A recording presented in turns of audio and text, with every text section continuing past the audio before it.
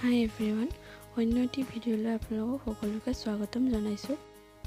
আজি লৈ আহিছোঁ সহজতে কৰিব পৰা একেবাৰে ধুনীয়া চিলাই এটা। মই ছবিটোত দেখুওৱা ধৰণে মেখেলাখনত 5টা ঘৰ বনাই ল'লোঁ। মই ঊণ সূতা ব্যৱহাৰ কৰিছোঁ, আপোনালোকে বেলেগ সূতাও ব্যৱহাৰ কৰিব পাৰে। ঊণ সূতা ব্যৱহাৰ কৰিলে ফুলটো দেখিবলৈ বেছি ধুনীয়া হয়।